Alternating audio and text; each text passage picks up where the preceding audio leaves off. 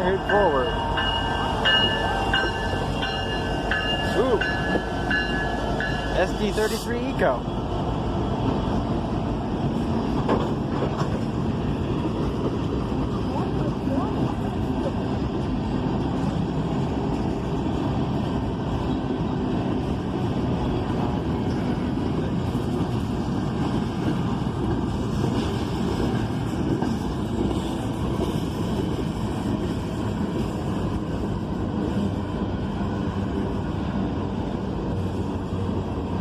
One of the new GNWR cars.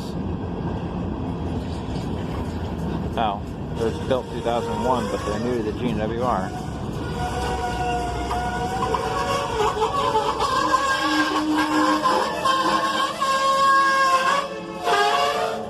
And he's gonna zigzag. That's what I just said. You didn't listen. Won't be able to see the signal from here.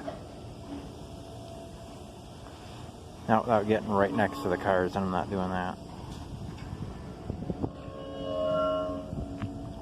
There's somebody down there turning around. Maybe. Maybe not. You might have to turn down Railroad Street.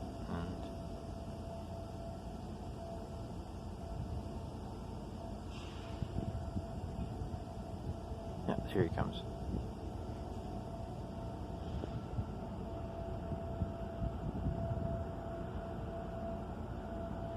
Looks like he's gonna go around these gates and gonna get caught and get on video. Yep. You're on camera, buddy. I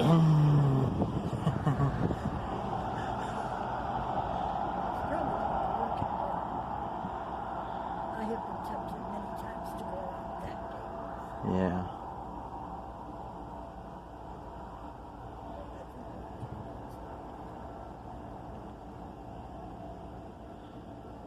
3281 cubic foot Trinity rail, CAEX.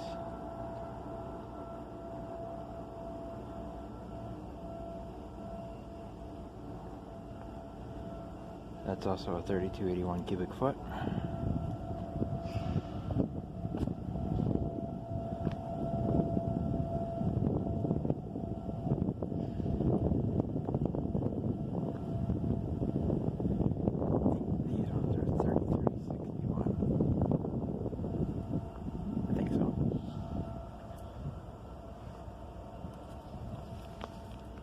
Power is just down there.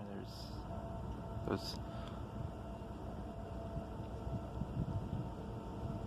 Can't see the lights. You can see those little dots of the reflection on the cars with the cameras picking up of it.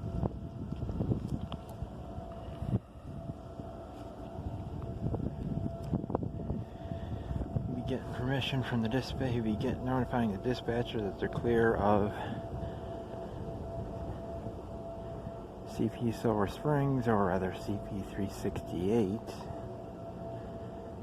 and getting permission and asking for the switch to go on the signaled siding, and then they will be pulling up on the dead track, which recently got all welded rail, or at least welded rail up here, and I'm not sure if they will be pulling onto the if they'll be shoving up onto the cleanout, or if they will be going onto the Perry main. Either way, I'm probably going to walk down the Ribaud and get that SD33ECO under brighter light. Forward here, a little bit more. This one you can't really see that well, but there's that logo.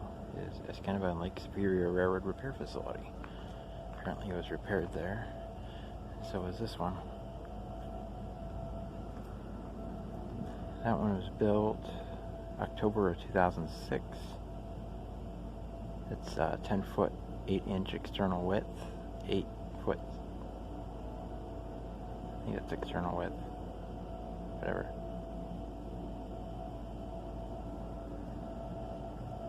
This one, also a Trinity Rail covered hopper, also repaired at this kind of Lake Superior Railroad repair facility. Interior line by Anderson's, Maumee, Ohio. That person turned up Mechanic Street and said, yep, there's the light. There's their signal. Probably can't tell. You might be able to tell, but that light shining on the cars, that steady light, is yellow. That's their light to go onto the siding. Looks like they're using the bottom signal.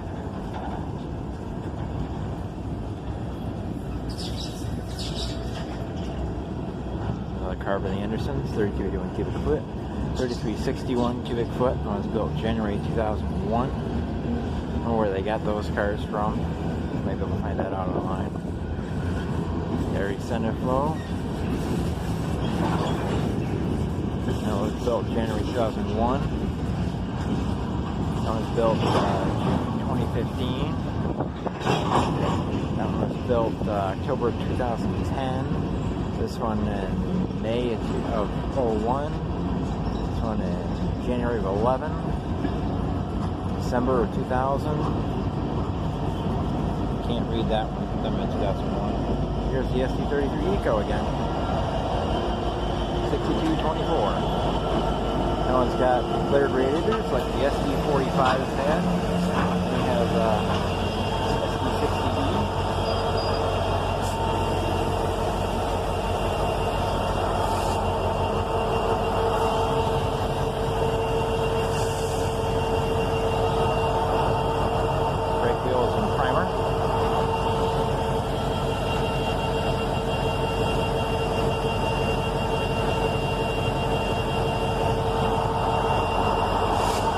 What they're doing. There's the brake chain there.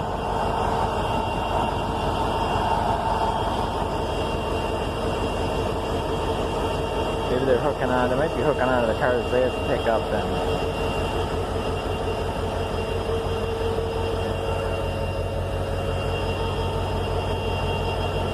SD33ECO says on the side, working together for a cleaner state. It's in the dark now. Might have been able to see it when I went by.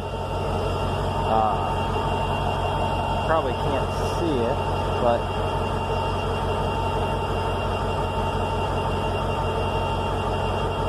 there's a piece of metal between two handrails that has two horse heads on it facing each other.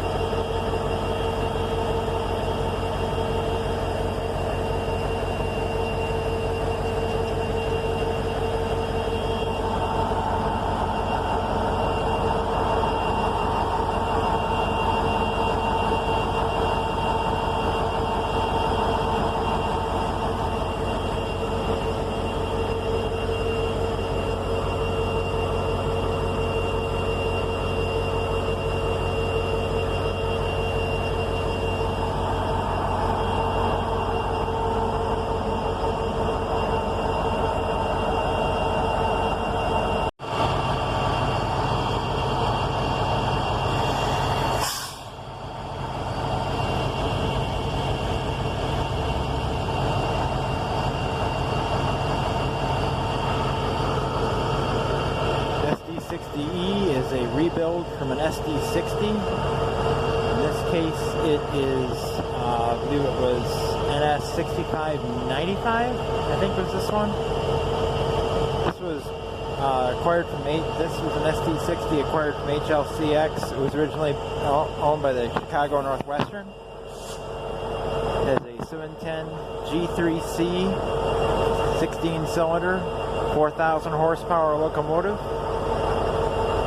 Normally the SD60 is a 30,800 horsepower locomotive. Apparently the rebuild process with a different engine, it is now 4,000.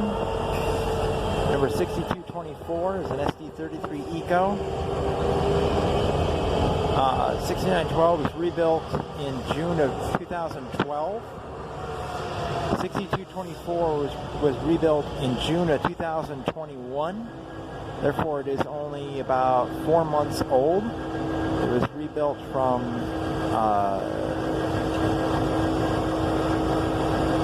NS3445. That was repaint, renumber from Conrail 6995, which was a SD40 rebuild. I believe that was the Conrail designation of SD40-2R. It was originally built as Baltimore, Ohio 7484. They moved a few feet.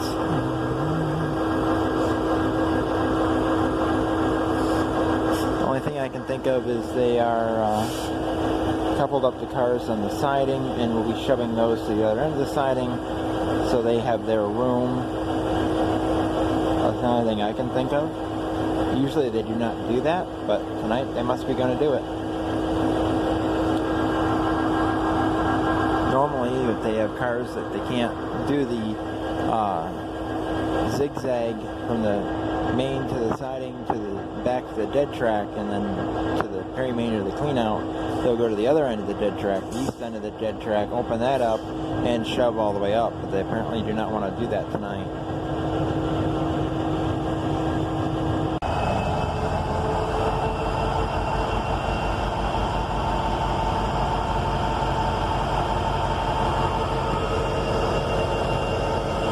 I saw the conductor's light down there just now. Yep, I can see his light down there. Sounds like they're charging up the air.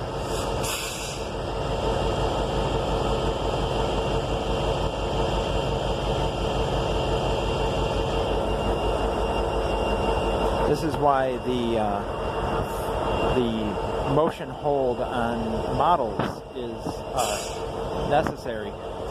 And something you need to think about in operations is that they'll sit here with the brakes on and they'll throttle up that prime mover to charge up the air faster. And that's when you need to be able to throttle up the prime mover of a model and have the locomotive stay stationary. It's not just when you're trying to get a heavy load moving, it's also when you're charging up the air.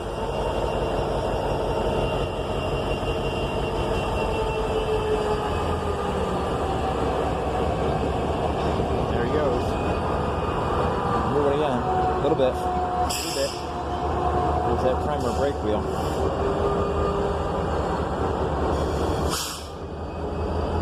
And I believe the control panel above it is an electronic parking brake. Your number board's dirty. Hardly see the numbers. Hardly see that they're lit. Shows up more in the video than it does elsewhere. Doesn't really.